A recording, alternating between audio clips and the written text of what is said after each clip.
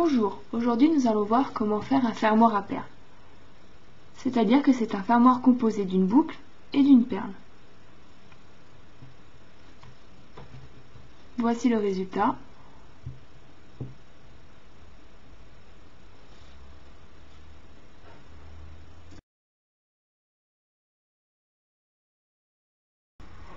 Pour ce type de fermoir, au lieu de prendre un fil simple pour fil central, nous allons prendre un fil doublé.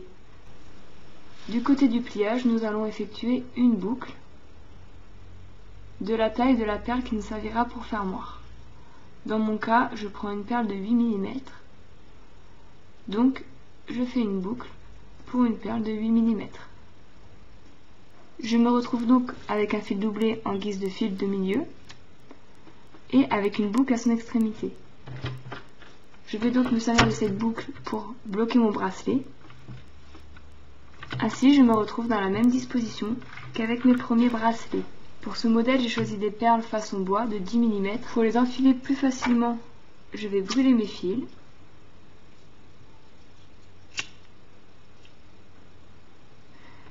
Et j'enfile déjà mes 10 perles.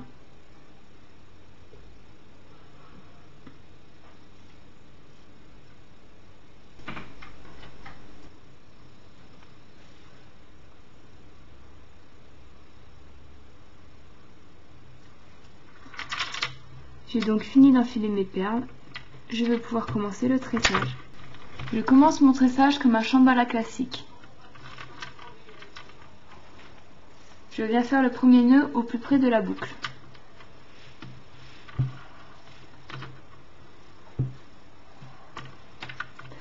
Je vais faire une dizaine de nœuds plats avant d'insérer la première perle.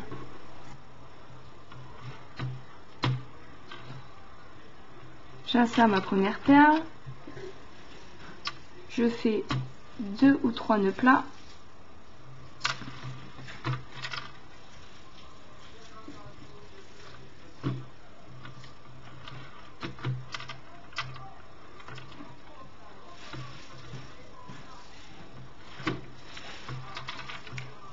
J'insère ma deuxième perle et ainsi de suite jusqu'à la fin du bracelet. J'ai fini d'insérer mes perles.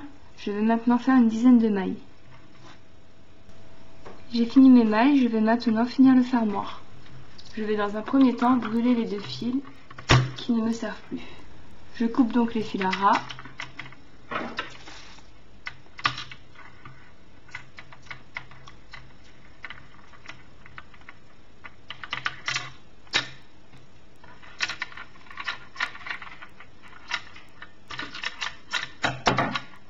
Et je les brûle.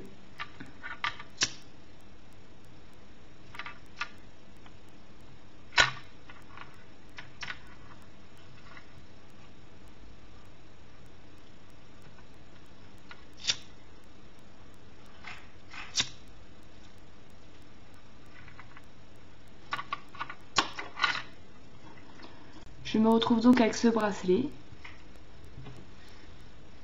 Ici, j'ai la boucle pour le fermoir. Il ne me reste plus qu'à insérer ma dernière perle pour pouvoir finir. Après avoir enfilé ma perle, j'ai coupé à ras le fil et ensuite je le brûle. Puis je l'écrase contre la perle, ce qui l'empêchera de sortir. J'ai ainsi réalisé mon fermoir. Pour fermer, je n'ai plus qu'à mettre la perle dans la boucle et j'ai fini. Et si ma vidéo vous a servi, n'oubliez pas de dire que vous avez aimé. Laissez un commentaire et abonnez-vous.